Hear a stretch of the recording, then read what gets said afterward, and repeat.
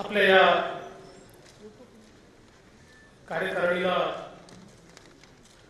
उद्घाटक म्हणून आपल्याला लाभलेले केंद्रीय मंत्री, ज्येष्ठ नेते आणि महाराष्ट्राचे प्रभारी म्हणून ज्यांनी महाराष्ट्राचं संघटन ताकदीनं उभं केलं ते आदरणीय व्यंकय्या नायडूजी, आपले प्रदेशाचे अध्यक्ष सन्माननीय रावसाहेब दानवेजी, केंद्रीय मंत्री पीयूष गोयलजी, प्रकाश जावडेकरजी, आपले ज्येष्ठ नेते नाथाभाऊ खडसे, भाऊसाहेब फुंडकर, मंत्रिमंडळातील सर्व सहकारी, प्रदेशाचे सर्व पदाधिकारी, जिल्ह्याच्या राज्याच्या सर्व भागातून आलेले या बैठकीचे प्रतिनिधी, भगिनी आणि बंधूंनो, सर्वप्रथम आज तिथीप्रमाणे शिवराज्याभिषेकाचा दिवस आहे आणि ज्या जाणत्या राजाचा आशीर्वाद घेऊन आपण सत्तेमध्ये आलो आणि ज्यांच्या मार्गाने चालून रयतेचं राज्य प्रस्थापित करण्याचा निर्धार आपण सगळ्यांनी घेतला आहे, त्या छत्रपती शिवाजी महाराजांना मी आपल्या सगळ्यांच्या वतीनं मानाचा मुजरा करतो. आजच्या दिवसाचं महत्व अजून एका कारणाने आहे. बुंदे ने हर बोलो के मुंह से हमने सुनी कहानी थी, खूप लढी मर्दानी वो तो झांसी वाली राणी थी. या झाशीच्या राणीचा आज स्मृती दिवस आहे. पण आज एक अजून चांगली घटना आमच्या जीवनामध्ये आम्हाला अनुभवायला मिळाली आणि या कार्यक्रमाला येण्याच्या पूर्वी माननीय व्यंकय्याजींच्या हस्ते लोकमान्य टिळकांचा जो वाडा आहे त्या ठिकाणी एक लोकमान्य टिळकांवर पुस्तकाचं प्रकाशन आम्ही सर्वांनी केलं आणि स्वातंत्र्याची सिंहगर्जना अशा प्रकारचं हे पुस्तक आपल्या सर्वांना माहिती आहे की स्वराज्य माझा जन्मसिद्ध अधिकार आहे आणि तो मी मिळविलच अशा प्रकारची लोकमान्य टिळकांनी दिलेली घोषणा, या घोषणेला 100 वर्ष पूर्ण होत आहेत आणि त्याच्या पार्श्वभूमीवर लोकमान्यांच्या जीवनातील अनेक संघर्ष, अनेक घटना ज्या कदाचित समाजासमोर आल्या नाहीत अशा घटनांची मांडणी या पुस्तकाच्या माध्यमातून करण्यात आली आहे. आणि आपण भाजपकडूनही हा निर्णय घेतला आहे की हे जे शतकपूर्ती आहे, या शतकपूर्तीच्या निमित्ताने स्वराज्य ते सुराज्य अशा प्रकारचा प्रवास हा आपल्याला करायचा आहे. आपल्याला सर्वांना कल्पना आहे की लोकमान्य टिळकांनी स्वराज्य माझा जन्मसिद्ध अधिकार आहे हे म्हटलं आणि देश पेटला. या वाक्यामध्ये इतकी शक्ती होती, इतकी ताकद होती. याचं कारण, त्याची जी पार्श्वभूमी आहे की 1857चं स्वातंत्र्य समर इंग्रजांनी चिरडून टाकल्यानंतर देशामध्ये एक निराशा,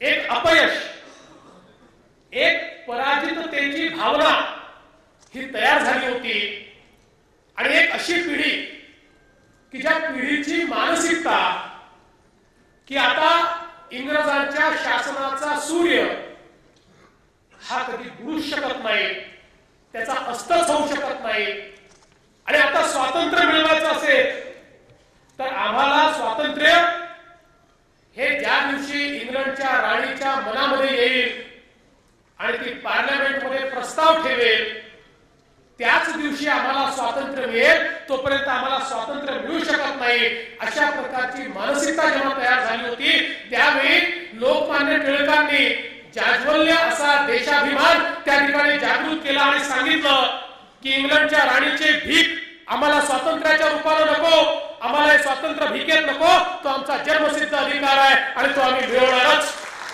आणि त्या एका वाक्यानं जी विजिगीषू वृत्ती या संपूर्ण देशामध्ये तयार झाली, हजारो क्रांतिकारक, हजारो स्वातंत्र्य संग्राम सेनानी या सगळ्यांनी एक क्रांतीचा आगडोम या ठिकाणी उभा केला आणि आपण बघितलं की त्यातनंच खऱ्या अर्थानं देशभक्तीची निर्मिती होऊन आपला देश स्वतंत्र झाला. आणि म्हणून अशा लोकमान्य टिळकांचं हे स्वराज्याचं वाक्य, स्वराज्य तर आता मिळालं, पण त्याचं रूपांतर सुराज्यामध्ये करण्याची जबाबदारी ही आपण सगळ्यांनी घेतली आहे. आणि भारतीय जनता पार्टी आणि आपले माननीय पंतप्रधान नरेंद्र मोदीजी यांचं स्पष्ट मत आहे की या ठिकाणी आम्ही सत्ता जी प्राप्त केली आहे ते आमचं साधन आहे, ते आमचं साधन आहे, ते आमचं उपकरण आहे. आणि या उपकरणाचा उपयोग करून आम्ही कुठल्याही परिस्थितीमध्ये सुराज्याची स्थापना करू आणि त्या सुराज्याकडे जाण्याचा हा मार्ग आज या ठिकाणी भारतीय जनता पक्षाचं केंद्रातलं राज्य असेल किंवा आपल्या महाराष्ट्रातलं राज्य असेल, याच्या माध्यमातून करण्याचा आपण प्रयत्न करतोय. पण ज्यावेळी आपण सुराज्याचा प्रयत्न करतो, समाजातल्या शेवटच्या व्यक्तीपर्यंत पोहोचण्याचा प्रयत्न करतो, ज्यावेळी सरकार प्रामाणिकपणे काम करण्याचा प्रयत्न करते, त्यावेळी या सरकारच्या विकास कामांवर कुठेही बोट ठेवता येत नाही. या सरकारच्या कार्यकाळात कुठलेही घोटाळे झाले नाही. अशा परिस्थितीमुळे जाणीवपूर्वक आपल्या मंत्र्यांना, आपल्या पदाधिकाऱ्यांना टार्गेट करण्याचं काम हे या ठिकाणी सुरू झालेलं आहे. खरं म्हणजे मला तर कधी कधी आश्चर्य वाटतं की काँग्रेसचे, राष्ट्रवादीचे नेते आमच्यावर आरोप लावतात, आमच्या मंत्र्यांवर आरोप लावतात भूखंडाच्या संदर्भात. अरे कुठल्या अधिकारात तुम्ही हे बोलता? त्या ठिकाणी सीएजीच्या रिपोर्टमध्ये स्पष्टपणे कशा प्रकारे सरकारचे हजारो कोटी रुपयाचे भूखंड तुम्ही लाटले हे त्या ठिकाणी सीएजीने सांगितलंय. खरं म्हणजे तुमच्या विरुद्ध या ठिकाणी फौजदारी कारवाई झाली पाहिजे. आणि जर तुमच्यामध्ये थोडीही या ठिकाणी नैतिकता शिल्लक असेल तर आरोप लावायच्या आधी पहिले सरकारचे लाटलेले भूखंड हे परत करा आणि त्याच्यानंतर आरोप लावण्याची हिंमत या ठिकाणी दाखवा. पण एक षडयंत्र आमच्या नेत्यांच्या विरुद्ध हे सातत्याने चाललंय. मग कधी विनोद तावडेंच्या विरुद्ध जी खरेदीच झाली नाही त्या खरेदीचे आरोप लावले. आम्ही विचारलं दाखवा खरेदी कुठे झाली. एक जण सांगू शकला नाही खरेदी कुठे झाली. पण 15 दिवस पेपरला चालवायचं की मंत्र्यांनी भ्रष्टाचार केला, मंत्र्यांनी भ्रष्टाचार केला. गोबेल्सचं तत्व हे आज आपल्या सरकारच्या विरुद्ध वापरलं जात आहे. मग पंकजा मुंडेंच्या विरुद्ध सुरू करायचं. त्या ठिकाणी विधान परिषदेमध्ये ज्यावेळी मी पुराव्यानिशी दाखवलं की चिठ्ठी खरेदीच्या संदर्भातले करार हे आमच्या सरकारने केलेले नाहीत, हे मागच्या सरकारने केलेले तुमचा पाप आहे आणि ते करार करताना यांच्याच थ्रू घ्यावी लागेल, अशाच प्रकारे घ्यावी लागेल असे जी आर तुम्ही काढलेले आहेत. आमच्या सरकारचा काहीचाही संबंध नाही. उच्च न्यायालयामध्ये देखील त्याची केस गेली आणि उच्च न्यायालयामध्ये देखील हीच भूमिका त्या ठिकाणी मान्य झाली. आणि त्यामुळे त्यांना बदनाम करण्याचं एक षडयंत्र. मग कधी संपूर्ण देशामध्ये डाळीचे भाव वाढले असताना जणू काही गिरीश बापटांनीच डाळीचे भाव वाढवले अशा प्रकारे त्यांना टार्गेट करण्याचा प्रयत्न. मी संपूर्ण देशातले भाव ज्यावेळी विधानसभेमध्ये दाखवले आणि ज्यावेळी मी सांगितलं की देशाच्या अनेक राज्यांपेक्षा महाराष्ट्रातले भाव कमी आहेत आणि रोजचे भाव काय आहेत ते सांगितलं आणि डाळीचे भाव देशभरामध्ये वाढले आहेत. आणि कुठला भ्रष्टाचार झाला? आम्ही ज्यावेळी आरोप करायचो त्यावेळी पुराव्यासहित आरोप करायचो आणि ज्यावेळी पुराव्यासहित आरोप केला एकही पुरावे होते, पण याच्यावर बोलायला काही नाही. त्यामुळे केवळ मीडियाचा वापर करायचा आणि त्या माध्यमातून त्या ठिकाणी आरोप करत राहायचे. मग नाथाभाऊंवर आरोप सुरू केले. गजानन पाटील त्याला एक अटक झाली. एसीबीने अतिशय स्पष्टपणे आपल्या रिपोर्टमध्ये सांगितलं की गजानन पाटलाच्या प्रकरणाशी मंत्र्याचा कुठलाही संबंध नाही. गजानन पाटलाच्या प्रकरणामध्ये कुठेही मंत्र्याचा उल्लेख आलेला नाही. इतकं स्पष्टपणे पुराव्यासहित एसीबीने रिपोर्ट दिल्यानंतर देखील गजानन पाटील गजानन पाटील गजानन पाटील गजानन पाटलाचं संपलं नाही तर सांगितलं. दाऊदने फोन केला. आम्ही तात्काळ जे एटीएस आहे, अँटी करप्शन ब्युरो,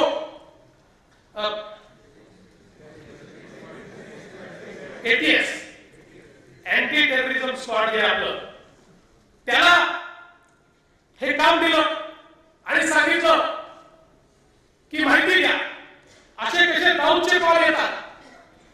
एटीएसने 2 रिपोर्ट तयार केले आणि दोन्ही रिपोर्ट मध्ये अतिशय स्पष्टपणे त्या ठिकाणी त्यांनी सांगितलं की संपूर्ण सीडीआरचं अनालिसिस केलं आणि अशा प्रकारचा कुठलाही कॉल हा आलेलाच नाही.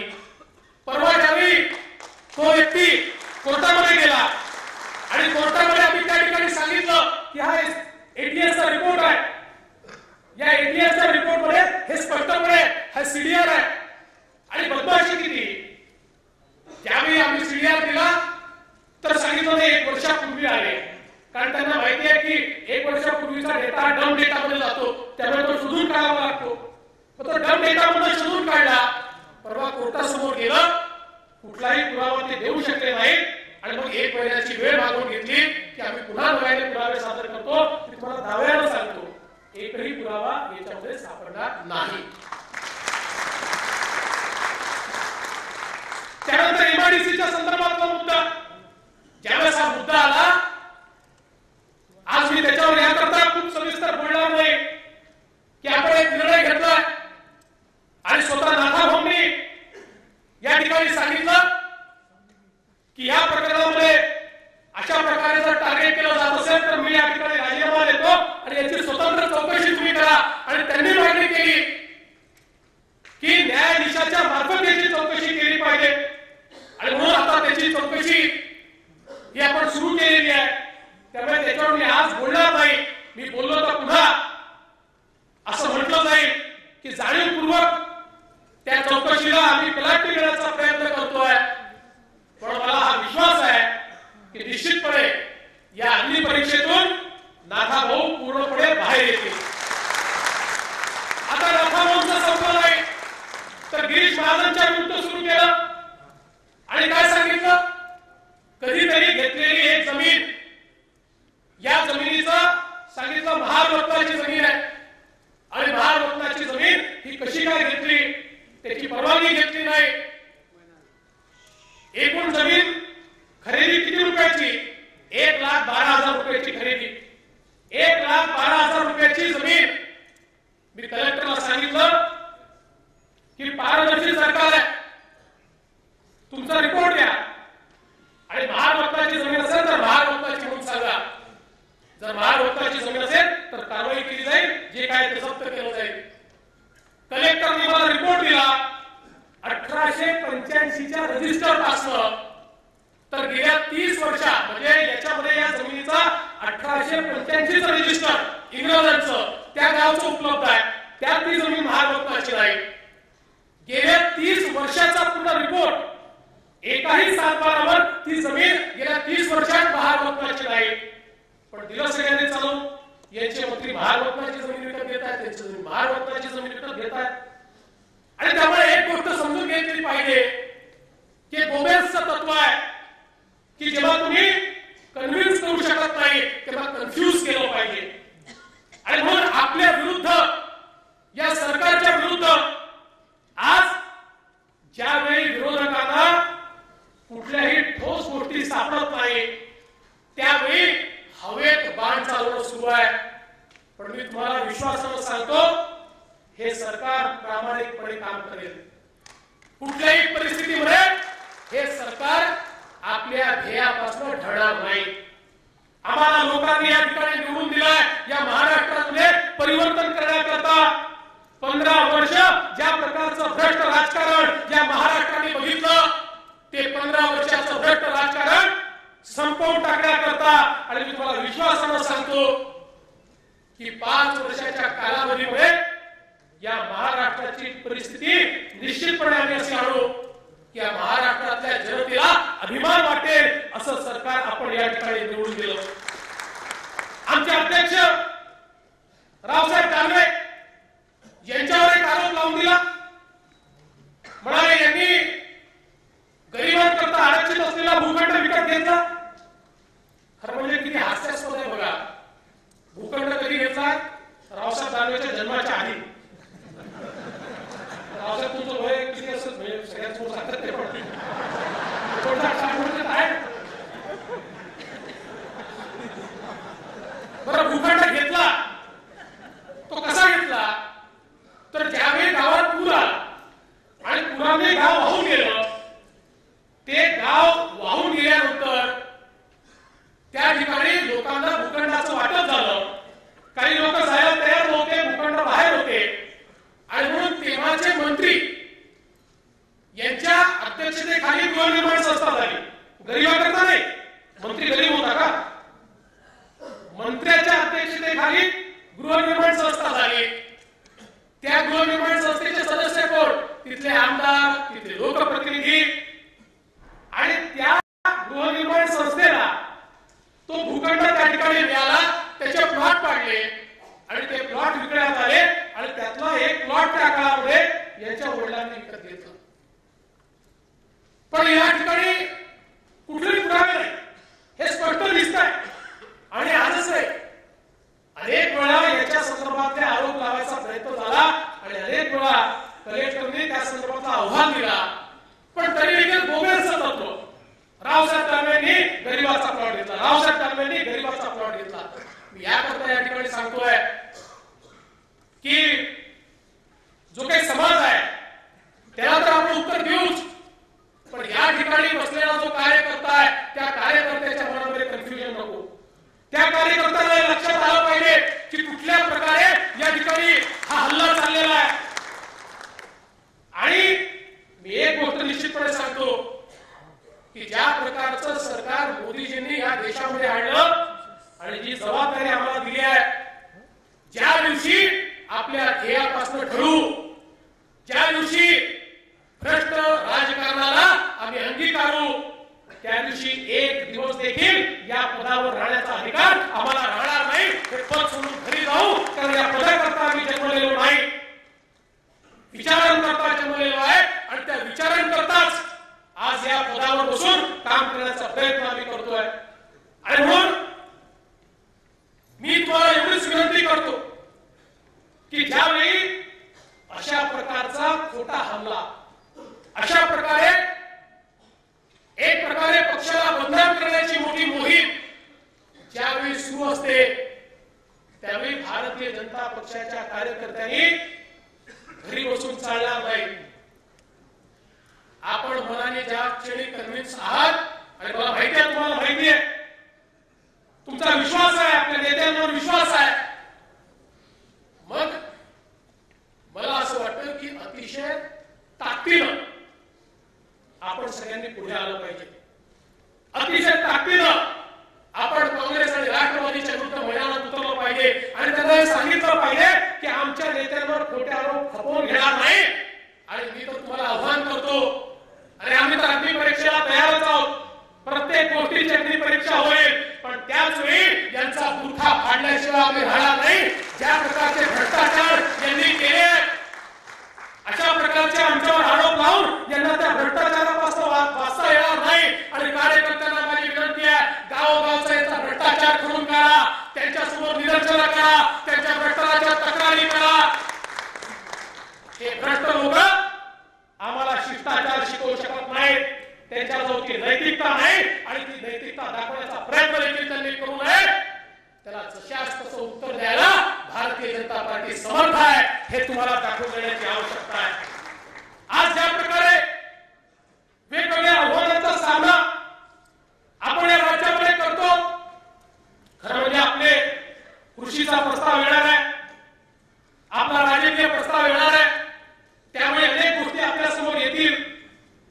पण एक गोष्ट मला निश्चितपणे सांगितली पाहिजे की कृषीच्या क्षेत्रामध्ये आपण एक मोठं परिवर्तन घडवलं.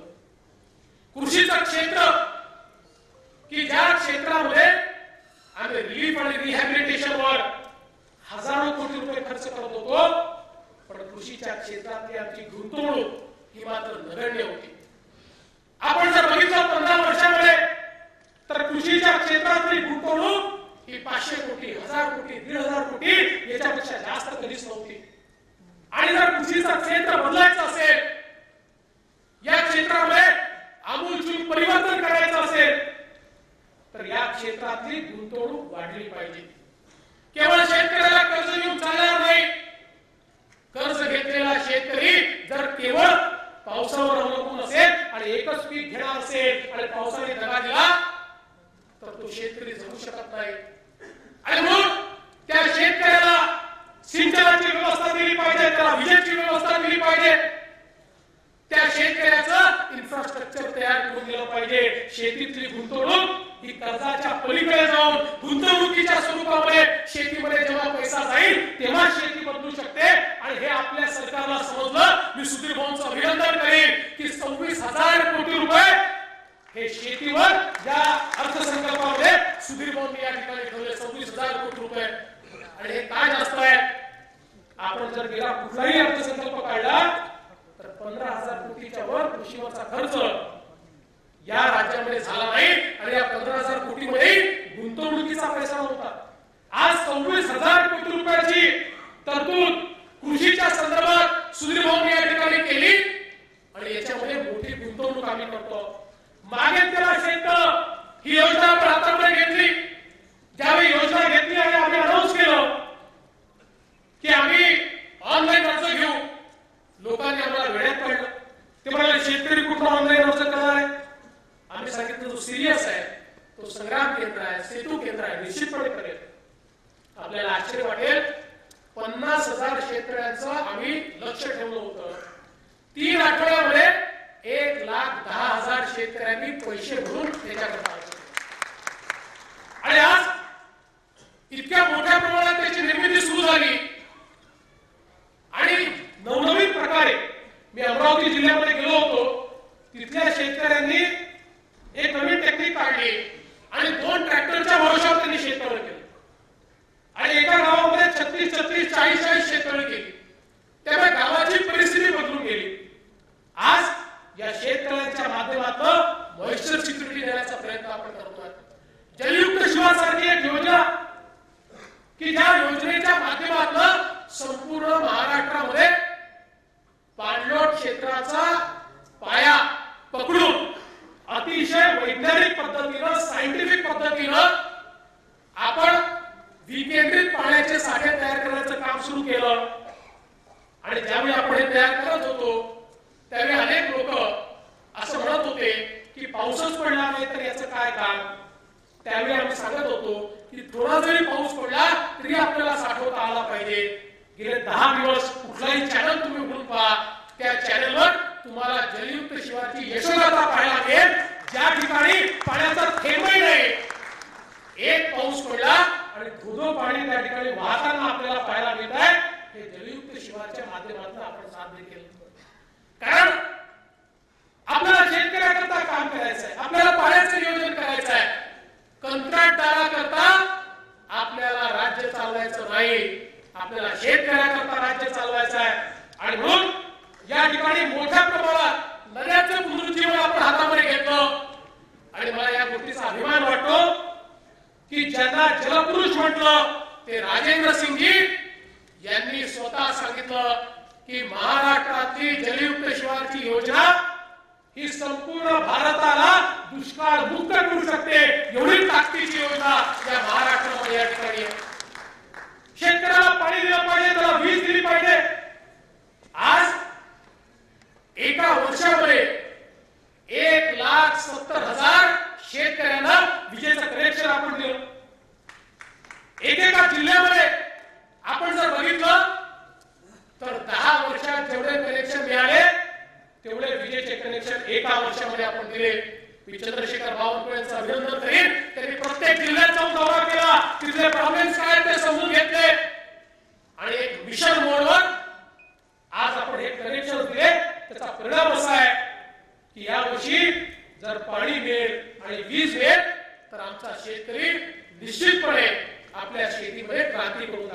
आणि त्या दृष्टीनं पहिल्यांदा आपण वर्ल्ड बँकेकडे गेलो आणि वर्ल्ड बँकेला सांगितलं तुम्ही खूप मोठ्या मोठ्या प्रकल्पांना त्या ठिकाणी मान्यता देता.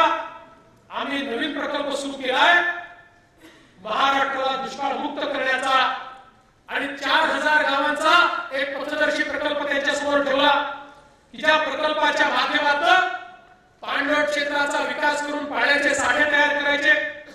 जे पाणी साठे त्याचं एफिशियंट यूज करायचं, ज्याच्यामध्ये वेगवेगळ्या प्रकारची जी मायक्रो इरिगेशनची पद्धत आहे त्या पद्धतीचा वापर करायचा, म्हणजे पाण्याचा थेंबन थेंब नीट वापर झाला पाहिजे. त्याच्यासोबत क्रॉपिंग पॅटर्न हे फायनल करायचं आणि क्रॉपिंग पॅटर्न फायनल करून त्याला मार्केट लिंकेज द्यायचा. अशा प्रकारचा पथदर्शी इंटिग्रेटेड प्लॅन हा मराठवाड्यामध्ये आणि पश्चिम विदर्भामध्ये आपण पायलट प्रोजेक्ट म्हणून 4000 गावांमध्ये घेतला. मला सांगताना आनंद वाटतो, ज्यावेळी वर्ल्ड बँकेच्या लोकांना आम्ही बोलवलं त्यावेळी आमच्या अधिकाऱ्यांना असं वाटत होतं, ते असं म्हणाले की साहेब आपण घेतो, पण हे वर्ल्ड बँकेचं आज कर्ज मागितलं की 2.5 वर्षाचं कर्ज मिळतं. 2.5 वर्ष त्या प्रकल्पामध्ये ते आपले त्याच्यात आपलं चरवीचे चरवण ते करत असतात. पण ज्यावेळेस हा प्रकल्प आम्ही दाखवला आणि त्यांना सांगितलं की we are people in hurry, आम्हाला घाई आहे, आम्ही थांबू नाही शकत. हा प्रकल्प आम्ही तयार केलाय, तुम्ही कमी वेळात जर याला फायनान्स करणार असाल तर तुमचा ऑप्शन, नसेल तर जिथं मिळेल तिथं आम्ही पैसा आणू. आणि वर्ल्ड बँकेने तो प्रकल्प पाहिल्यानंतर त्याच मीटिंगमध्ये नाथाभाऊ होते, पंकजाताई होत्या, त्याच मीटिंगमध्ये वर्ल्ड बँकेने सांगितलं हा देशातला सर्वोत्तम आणि पथदर्शी प्रकल्प आहे. हा प्रकल्प या देशाचा लँडस्केप बदलू शकतो, या देशाला अतिशय क्रांतिकारी अशा प्रकारचा प्रकल्प आहे. आणि म्हणून त्यांनी सांगितलं तुमचं केंद्र सरकार हे जेवढ्या दिवसामध्ये याला मान्यता देईल त्यापासून 2.5 वर्षात नाही 2.5 महिन्यामध्ये आम्ही त्याला मान्यता देऊ. आणि आपल्याला आश्चर्य वाटेल की आपलं केंद्र सरकार हे किती प्रोएक्टिव्ह आहे. आम्ही तातडीनं त्यांच्या फॉर्मॅट मधला प्रस्ताव तयार केला आणि कृषी मंत्रालयाला पाठवला. माननीय मोदीजींनी ज्यावेळी दुष्काळग्रस्त मुख्यमंत्र्यांची बैठक घेतली त्यावेळी मी त्यांना त्या प्रकल्पाच्या संदर्भात सांगितलं. आणि आपल्याला आश्चर्य वाटेल, साधारणपणे असे प्रकल्प हे केंद्र सरकारमध्ये गेल्यानंतर 6 महिने त्याचा अभ्यास होतो. 6 दिवसही लागले नाही, 3 दिवसामध्ये केंद्रीय कृषी मंत्रालयाने त्या प्रकल्पाला मान्यता दिली. त्यानंतर तो प्रकल्प डिपार्टमेंट ऑफ इकॉनॉमिक अफेअर्स यांच्याकडे गेला, जिथे किमान 4 महिने त्याला लागायला पाहिजे होते.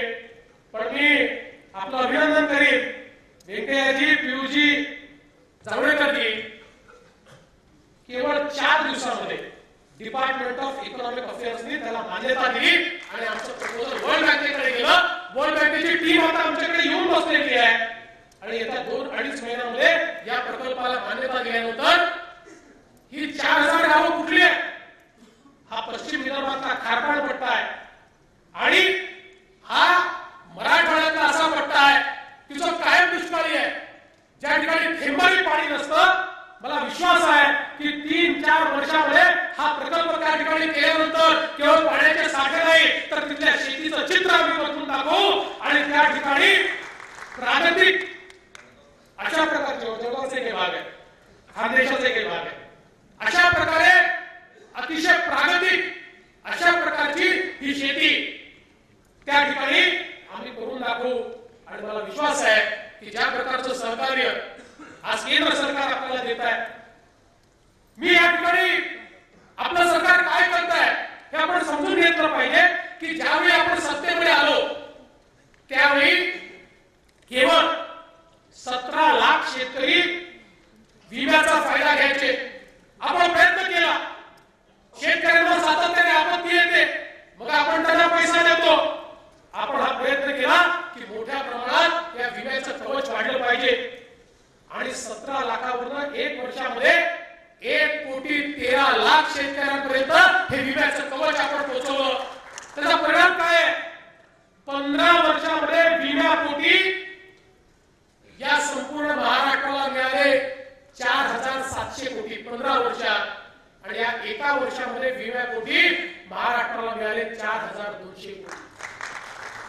आज मराठवाड्यामध्ये बीड सारख्या की जो पूर्णपणे दुष्काळाने होरपळलेला आहे, एकट्या बीड जिल्ह्याला 900 कोटी रुपये विम्यापोटी मिळाले, लातूरला मिळाले, परभणीला मिळाले आणि इतक्या मोठ्या प्रमाणात. आणि आता संभाजी सांगत होते की ज्यावेळी त्याची आवश्यकता आहे नेमकं त्यावेळी आज आपल्याला हे या ठिकाणी लाभलेलं आहे. आणि म्हणून शेतीच्या क्षेत्रामध्ये आमच्या प्रवीण पोटेंनी एक चांगली योजना तयार केली. शेतकऱ्याला पांढर किंवा तुमच्या आपल्या बाकी भागात पाणंदा रस्ता म्हणतात, विदर्भात पांढर रस्ता म्हणतात. हा पाणंदा रस्ता अत्यंत महत्वाचा आहे. एखाद्या हायवे सारखा त्या पाणंदा रस्त्याचा त्याला आनंद आहे, कारण त्याच्या शेतीपर्यंत थेट पोहोचता येतं. अमरावती जिल्ह्यात त्यांनी योजना सुरू केली आणि त्या योजनेमध्ये 2600 पाणंदा रस्ते, अतिशय छोटं कॉन्ट्रीब्युशन, आपलं कॉन्ट्रीब्युशन शेतकऱ्याचं, मेहनत त्याची, केवळ सरकारी मशिनरी त्याला दिली आणि गावांनी रात्र जागून 2600 पाणंदा रस्ते त्या ठिकाणी तयार केले. आणि त्यातनं संकल्पना घेऊन आम्ही मुख्यमंत्री पाणंद रस्ते, पालकमंत्री पाणंद रस्ते योजना सुरू केली. आज त्या शेतकऱ्याच्या शेतीपर्यंत हे पाणंद रस्ते पोहोचवण्याचं काम हे आपल्या माध्यमातून होत आहे. आणि म्हणून सर्वांगीण विकास झाला पाहिजे. ग्राम विकासाच्या माध्यमातून आज इकडे मोदीजींचं सरकार एवढ्या मोठ्या प्रमाणात पैसा देत आहे, पण एक आपण आता अतिशय महत्वाकांक्षी योजना तयार केली. शेवटी 20व्या शतकात ज्या गावाला रस्ता पोहोचला त्या गावाला प्रगतीचा महामार्ग पोहोचला असं आपण म्हणायचो. अटलजींनी ज्यावेळी प्रधानमंत्री ग्राम सड़क योजना आणली त्यावेळेस मला आठवतं अटलजी असं म्हणाले कि जिस गांव में रास्ता पहुंचता है वो केवल रास्ता नहीं होता, उस रास्ते के जरिए उस गांव में शिक्षा पहुंचती है, उस रास्ते के जरिए उस गांव में आरोग्य सेवा पहुंचती है, उस रास्ते के जरिए उस गांव में उगने वाली सब्जी, उस गांव में उगने वाला अन्न ये शहरों तक जाता है. और इसलिए एक रास्ता ये अर्थव्यवस्था को प्रभावित करता है. पण 21व्या शतकामध्ये आता त्याची परिभाषा बदलली. आता केवळ रस्ता पोहोचवून चालणार नाही. 21व्या शतकामध्ये जर शहर आणि ग्रामीण यांच्यातली दरी मिटवायची असेल तर तुम्हाला कम्युनिकेशन पोहोचवावं लागेल, वायर्ड नेटवर्क पोहोचवावं लागेल, फायबर ऑप्टिक पोहोचवावी लागेल. आणि ते काम आपण सुरू केलं. तुम्हाला आश्चर्य वाटेल, 26 जानेवारीला मी नागपूर जिल्ह्यातल्या 5 शाळा ग्रामीण भागातल्या वर्षावर बसून माझ्या घरी बसून त्या शाळांशी संवाद साधला. भारत नेट प्रोग्रामच्या अंतर्गत तिथपर्यंत आपण वायर्ड नेटवर्क पोहोचवलं आणि हे नेटवर्क पोहोचल्याचा परिणाम असा होता की त्या शाळांमधले विद्यार्थी हे शहरातल्या विद्यार्थ्यांनी एवढेच प्रगल्भ होते. तेवढीच माहिती त्यांच्याकडे होती, कदाचित जास्त माहिती होती.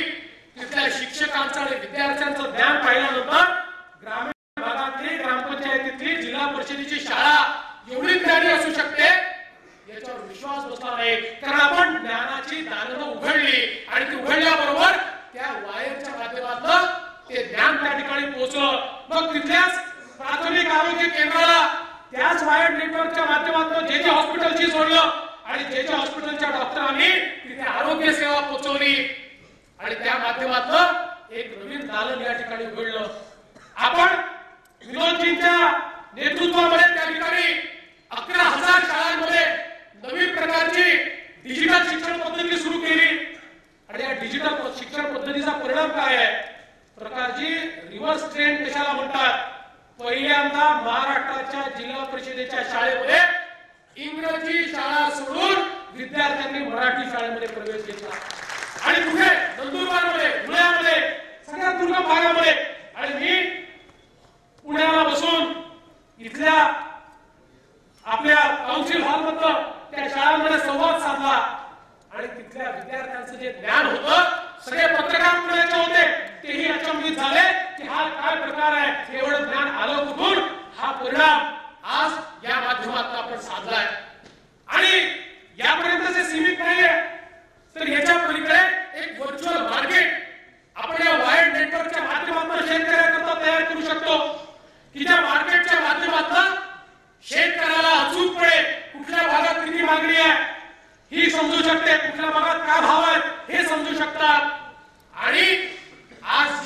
ई कॉमर्स सारखी परिस्थिती तयार झाली आहे। ऍग्रीगेटर्सच्या भरोशावर आज त्या ठिकाणी आपल्या मालाला उत्तम भाव आपल्या गावामध्ये बसून तो शेतकरी मिळवू शकतो आणि ऍग्रीगेटरच्या माध्यमातून ते ट्रान्सपोर्टेशन करू शकतो। आम्ही मायक्रोसॉफ्टच्या सहकार्यानं एक अरिसाल हे डिजिटल विलेज तयार केलं की जे कुपोषणाची राजधानी होती आणि हे डिजिटल विलेज तयार झाल्याबरोबर सगळ्या गोष्टी तर त्या ठिकाणी आल्याच, पण तिथे जे आर्टिझन्स काम करतायत त्यांना थेट एक प्लॅटफॉर्म आम्ही ई कॉमर्स सोबत जोडलं आणि त्यांच्या वस्तू या ग्लोबल प्लॅटफॉर्मवर आल्या आणि त्याची विक्री सुरू झाली। अशा प्रकारे शेतकऱ्यांची विक्री सुरू होऊ शकते आणि म्हणून आपण योजना तयार केली की त्या योजनेच्या माध्यमातून हे जे भारत नेट आहे हे संपूर्ण महाराष्ट्रातल्या 29,000 ग्रामपंचायतींपर्यंत म्हणजे 40,000 गावांपर्यंत आपण पोहोचवणार आहोत आणि या माध्यमातून अटलजींच्या सरकारनं रस्ता पोहोचवला। आता कम्युनिकेशनची क्रांती ही मोदीजींचं सरकार त्या ठिकाणी पोहोचवेल आणि त्या माध्यमातून शहर आणि ग्रामीण हा जो भाग आहे, हा जो भेद आहे, हा भेद संपवण्याचं काम होईल। जे शहरात शिकवलं जाईल तेच गावात शिकवलं जाईल, जे इलाज शहरामध्ये मिळतील तेच गावामध्ये मिळतील आणि जे मार्केट शहरामध्ये मिळेल ते शेतकऱ्याला मार्केट हे गावामध्ये मिळेल आणि 3 ते 4 वर्षामध्ये हे संपूर्ण करण्याचा संकल्प आपण हातामध्ये घेतलाय। मला माहिती आहे कठीण आहे, पण जोपर्यंत कठीण कार्य आपण हातामध्ये घेत नाही तोपर्यंत ते कार्य सिद्धीला जाऊ शकत नाही आणि मला विश्वास आहे की निश्चितपणे येत्या 3 ते 4 वर्षामध्ये बदललेला महाराष्ट्र, ज्या महाराष्ट्रातला ग्रामीण भाग हा शहरा एवढाच समृद्ध आहे अशा प्रकारचा महाराष्ट्र तयार करण्याचा आपला प्रयत्न आहे। आज आमच्या चंद्रकांत दादांच्या पीडब्ल्यूडी खात्यानं एक नवीन निर्णय केला आणि या महाराष्ट्रातल्या रस्त्यांची परिस्थिती बदलण्याकरता नवीन पद्धतीचं फायनान्सिंग पॅटर्न आणलं आणि ज्या माध्यमातून आपल्याला माहिती आहे की पूर्वी मध्य प्रदेशातले रस्ते खराब होते, आपले चांगले होते युतीच्या काळात। आता मागच्या 15 वर्षामध्ये आपण बघतो मध्य प्रदेशातले रस्ते सुंदर झाले, आपले रस्ते खराब झाले, पण येत्या 3 वर्षामध्ये आणि आपण किती बजेट देतो रस्त्यांना 2,000 कोटी, 2,500 कोटी, 3,000 कोटी, 50,000 कोटी रुपयाचा रस्त्याचा प्लॅन हा चंद्रकांत दादांनी तयार केला। त्याचा फायनान्सिंग याचा पॅटर्न आम्ही तयार केलं आणि त्या माध्यमातून रस्त्यांची परिस्थिती या महाराष्ट्रातली पूर्णपणे बदलण्याचं काम आम्ही करणार आहोत। आणि यात सगळ्यात महत्त्वाचा निर्णय काय आहे, या महाराष्ट्रामध्ये एक समृद्धीचा कॉरिडॉर तयार करायचा आपण ठरवलाय। नागपूर ते मुंबई कम्युनिकेशन सुपर एक्सप्रेसवे आपण तयार करतोय। जगामध्ये देशामध्ये सगळ्यात मोठा सुपर एक्सप्रेसवे हा यमुना सुपर एक्सप्रेसवे आहे जो 190 किलोमीटरचा आहे। आमचा Nagpur Mumbai communication super expressway हा 800 किलोमीटरचा असणार आहे। त्याच्या चौपट हा आम्ही या ठिकाणी तयार करणार आहोत आणि याची महत्त्व काय, हा कम्युनिकेशन सुपर एक्सप्रेसवे काय, तर हा पूर्णपणे कम्युनिकेशनची पॉवर असलेला की ज्याच्यामधलं पूर्णपणे वायर्ड नेटवर्क जाईल, ज्याच्यामधलं ट्रान्समिशन लाईन जाईल, ज्याच्यामध्ये गॅस पाईपलाईन करता जागा असेल आणि सगळ्यात महत्त्वाचं काय आहे तर हा रस्ता बनवत असताना 22 नवीन शहरांची निर्मिती आम्ही करू आणि ही शहरं ही कशी असतील तर ही सगळी शहरं शेतीवर आधारित उद्योग यांना चालना देणारी आणि पूर्ण रस्त्यावर कोल्ड चेन तयार करणारी अशा प्रकारची शहरं असतील। त्यामुळे आमच्या शेतकऱ्याला या ठिकाणी या कोल्ड चेनच्या माध्यमातून जीएनपीटीचं जे बंदर आहे हे बंदर औरंगाबाद पासून 3 ते 4 तासात आणि नागपूर पासून 6 ते 8 तासात त्या ठिकाणी आपल्याला पोहोचता येईल। आणि हे करत असताना यातलं सगळ्यात महत्त्वाचं काय आहे तर राज्याचे 20 जिल्हे हे या रस्त्याला डेडिकेटेड कॉरिडॉरने आम्ही जोडतो। त्यामुळे 20 जिल्हे असे राहतील की या रस्त्यावर येण्याकरता त्या जिल्ह्यातनं 40 मिनिटं लागतील, 50 मिनिटं लागतील आणि एकदा त्या रस्त्यावर आल्यानंतर नागपूर पासून 8 तासात किंवा औरंगाबाद पासून 4 तासात मुंबईला जीएनपीटी पर्यंत पोहोचता येईल। म्हणजे एक प्रकारे प्रगतीचा महामार्ग 20 जिल्ह्यांना जोडणारा आणि विदर्भ, मराठवाडा, उत्तर महाराष्ट्र, कोकण हा सगळा भाग या माध्यमातून जोडला जाईल आणि या समृद्धीच्या महामार्गामुळे आमचा जो शेतकरी आहे त्याला जो शेतीपूरक उद्योग द्यायचा आहे, त्याला जे मार्केट द्यायचं आहे, याकरता एक मोठं इन्फ्रास्ट्रक्चर आम्ही तयार करू. वर्धेचा ड्रायपोर्ट असेल, जालन्याचा ड्रायपोर्ट असेल, हे या ठिकाणी जोडू आणि त्यासोबत एक मोठा कॉरिडॉर पर्यटनाचा मराठवाड्यामध्ये औरंगाबादला, एक दुसरा कॉरिडॉर नगरला, शिर्डी या रस्त्यावर येईल, शेगाव या रस्त्यावर येईल आणि अशा प्रकारचा एक मोठा कॉरिडॉर हा तयार झाल्यानंतर मला विश्वास आहे की जे देशात घडलं नाही ते या रस्त्याच्या माध्यमातून एक मोठी आर्थिक सुबत्ता या राज्यामध्ये आम्ही आणू. आणि हे करत असताना याच्यामध्ये शेतकऱ्याला सहभागी आम्ही करून घेणार. याच्यामध्ये ज्या प्रकारे चंद्रबाबू नायडूंनी एक अमरावती त्यांचं जे राजधानीचं शहर आहे त्याचा पॅटर्न आणला, त्या पॅटर्नचा उपयोग केला. मी याच्यावर याकरता जास्त बोलू शकत नाही की आता कॅबिनेटची मान्यता घ्यायची आहे आणि कॅबिनेटच्या मान्यतेच्या आधी त्याचे डिटेल्स देता येत नाही. पण मी एवढंच निश्चितपणे सांगतो की देशातला अद्वितीय अशा प्रकारचा एक लँड पुलिंगचा पॅटर्न यामध्ये आम्ही आणतो आणि या रस्त्याचे मालक हे सरकार नसेल, या रस्त्याचे मालक शेतकरी असतील, अशा प्रकारची एक नवीन संकल्पना ही त्या ठिकाणी आम्ही मांडतो. मला विश्वास आहे की यातनं महाराष्ट्राला समृद्धीकडे नेण्याचा प्रयत्न हा निश्चितपणे आपण करणार आहोत. खरं म्हणजे आपल्याला व्यंकय्याजींचं या ठिकाणी भाषण ऐकायचं आहे, पण मी आपल्या सरकारनं काय काय केलं हे जर सांगायला लागलो तर मला विश्वास आहे की ही रात्र देखील मला पुरणार नाही. इतक्या गोष्टी एका वर्षामध्ये आपल्या सरकारने केल्या. संपूर्ण महाराष्ट्राचं चित्र बदलण्याचं एक दृष्टी ही आपल्या सरकारजवळ आहे. आणि हे सगळं करत असताना राईट टू सर्व्हिस ऍक्टच्या माध्यमातून सर्व सेवा या ऑनलाईन आणून आणि त्या माध्यमातून आपलं एक स्वप्न आहे, येत्या 2 वर्षामध्ये या महाराष्ट्रातल्या कुठल्याही व्यक्तीला कुठलीही सरकारी सेवा प्राप्त करून घेण्याकरता सरकारच्या कार्यालयात जायची आवश्यकताच पडणार नाही.